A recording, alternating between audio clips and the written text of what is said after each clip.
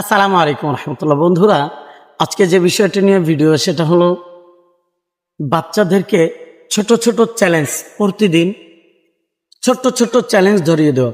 তুমি এই কাজটা সম্পূর্ণ করতে পারবা, তুমি যদি পারো তোমার জন্য পুরস্কার আছে।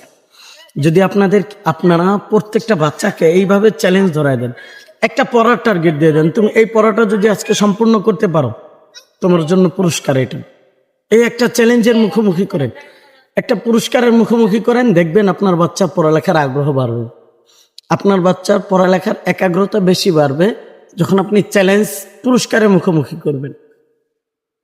আর যদি আপনি এটা না করেন, বাচ্চা নিজের গতিতে পড়বে। বাট ওইভাবে আগানোর চেয়ে আপনি যখন এই চ্যালেঞ্জের মুখোমুখি করবেন, বাচ্চাটা তখন খুব বেশি আগাবে।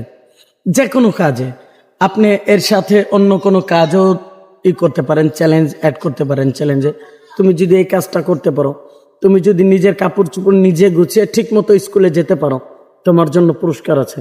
এক সপ্তাহ দেখবে, এক সপ্তাহ পর তোমার পুরস্কার। তো যখন আপনি এইভাবে দিবেন, তখন আপনার বাচ্চা কিন্তু